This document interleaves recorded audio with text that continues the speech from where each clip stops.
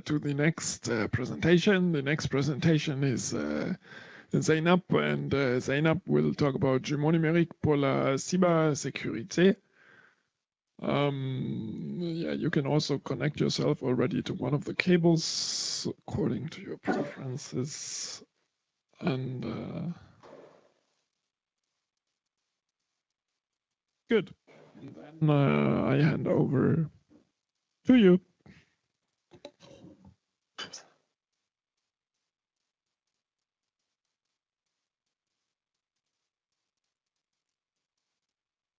Hello, so my name is Zeinab Rahal. I'm a PhD student at Telecom Sud Paris working on digital twins for cybersecurity. I've started my PhD in November, and I've been working on state of the art of digital twins with Mariana. And today I'm going to present about digital twins to handle 5G slicing attacks. This work is a collaborative work with Joaquin and Mariana. So in this presentation, I'm going to talk about an introduction about 5G slicing concept and its isolation concept. Then about 5G slicing attacks by giving an example. Then about the detection of attacks using artificial intelligence through a related work.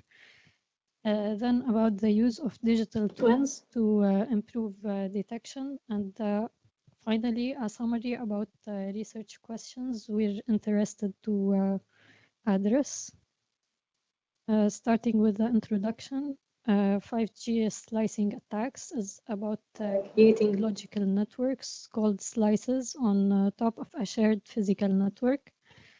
It offers the ability to customize each logical network based on service demands, such as IoT services, which demands high reliability, limited data rates, and low latency, to mission-critical services that offer ultra-high reliability, low latency, and high bandwidth. It offers isolation services to secure enterprise traffic flows, resources, and network functions between slices against attacks like impersonation and denial of service. So even though isolation via network slices can help to secure 5G networks, it can be misused by adversaries.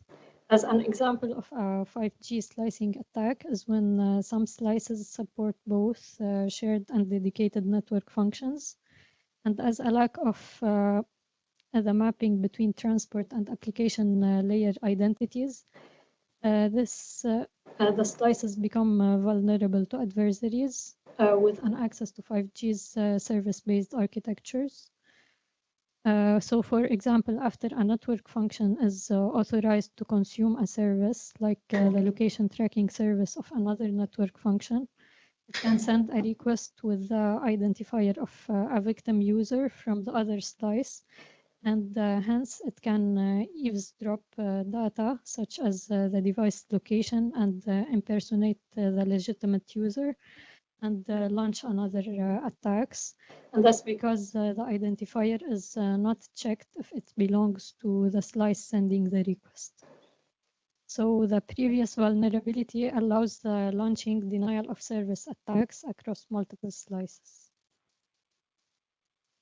As an example of the detection of attacks by using artificial intelligence, the following reference uses deep learning in neural networks to detect 5G slicing attacks. It's called Secure 5G. They propose a new slicing model for 5G, which observes and learns traffic patterns, identifies the potential threats from incoming connection requests, verifies requests as legitimate or malicious, and assigns the appropriate slice to legitimate users, then quarantines malicious ones. Their goal is to proactively prevent denial of service and malicious attacks. So in more detail, Their model consists of different types of user equipment requesting service to the network for slices and resource allocation. Their model observes and learns the device's request patterns and predicts the best optimal slice to assign to the user. They have predefined slice categories, and they introduce the concept of quarantine slice, which has network functions for minimum quality of service. They also introduce the black hole routing concept, which is used to terminate the connection permanently if a malicious traffic persists. Then, to evaluate their model's ability in preventing denial of service attacks, they introduce attack and malware botnets and simulate two types of attacks. The first one in figure A is flooding attack, which is detected by the model by comparing its malicious traffic to the good patterns.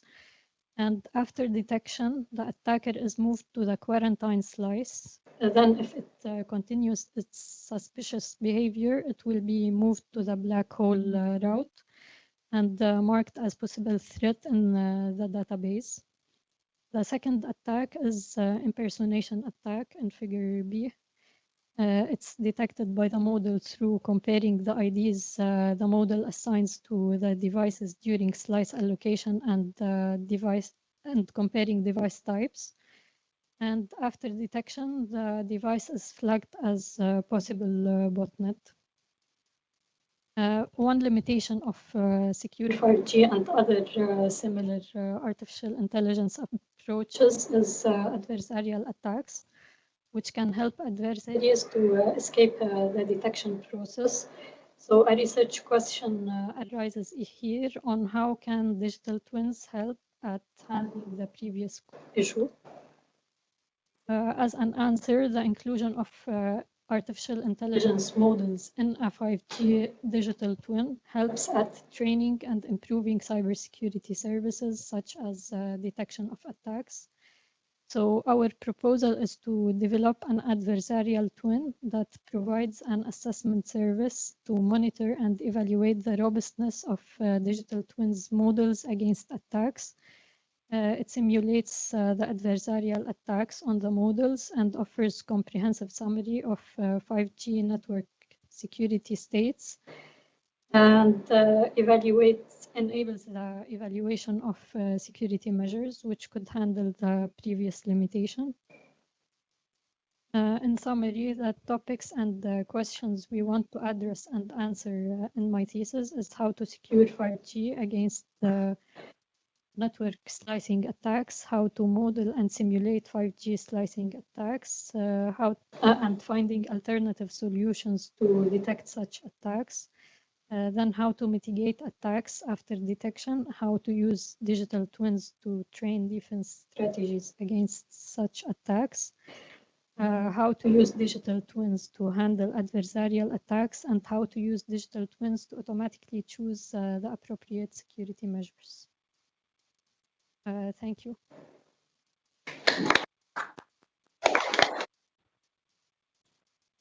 Thank you very much, Zeinab. Maybe one question to slide 12. There you were talking about the 5G security, a comprehensive summary of 5G network security states. Can you give some details what these security states are and how you can know if they are comprehensive? Like an it's a summary of the security state, like which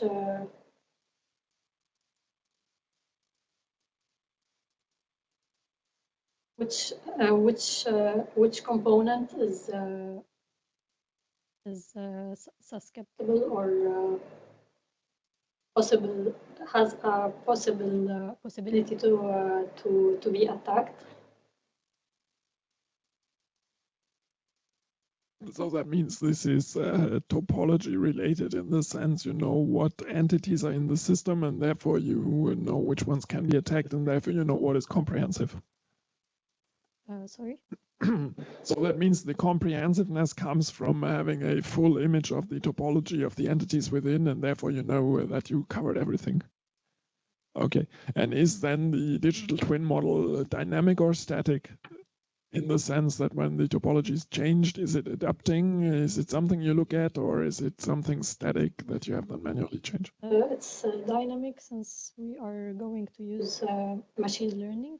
So there's a bidirectional communication, and it updates all the time. Okay, thank you. Do we have questions here? Do you have the data sets you're planning to apply your machine learning models on? Do I have the Assets? not yet. Maybe it's an opportunity for you, Youssef. Yeah, about the data sets, and I think it's something very very interesting that we will need. Our initial plan. So if Zeinab, maybe she can go to the slide 15, I guess was. So what was our plan? And of course, if we can have something better than this, will be great for us. So, but our initial idea was to start with what we have in reference to in the following slide. So what we have been doing previously was to generate data sets using directly the toolbox, the 5G toolbox in MATLAB.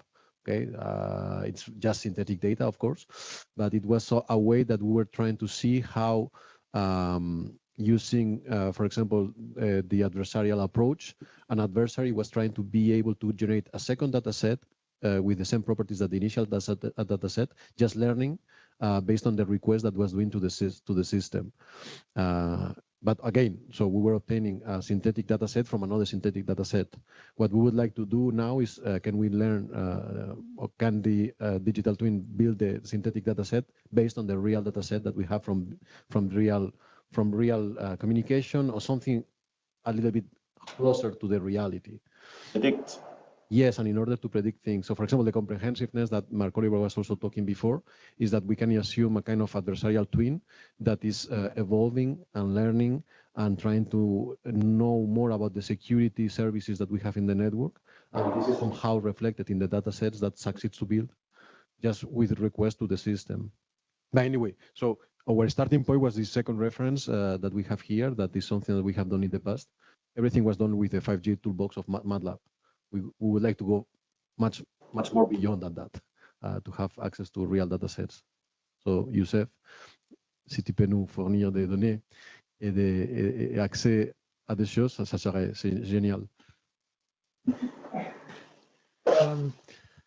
Yeah, actually, we're not working on digital twin and 5G, so as I told you. But yeah, maybe the question is, but you answered somehow for that. Is actually how can we use the digital twin to improve the cybersecurity? So okay, it's on the adversarial side, but is it really good? How would it be really able to improve the cybersecurity? Actually, we asked ourselves these questions, and maybe the first question, the different answer that we can have here is that yeah, it's nice to have the digital twin because sometimes the system is not available at all. So if we talk about operational systems, we know how do they work, but we cannot stop them to make our attacks on top of them. So maybe digital twin can improve that. So that's the first point. And the second point that we are investigating also is the use of cybersecurity digital twin to generate some data. So to use some GANs or stuff like that to make some data augmentation and then have different level of data and then try to use them to improve the cybersecurity. So other ideas for digital twin and cybersecurity, but it's quite open for the moment. So. And you see here, so we have a long list of questions because we are wondering exactly in which aspect is going to be really helpful, the digital twin. I think, I mean, we share most of these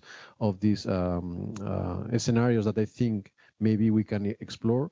The only one that for the moment we know that it works, that is previous work that it was in this reference to that Zeinab maybe will start having a look, is really the digital twin is just learning from the defender. The defender is learning from the adversary.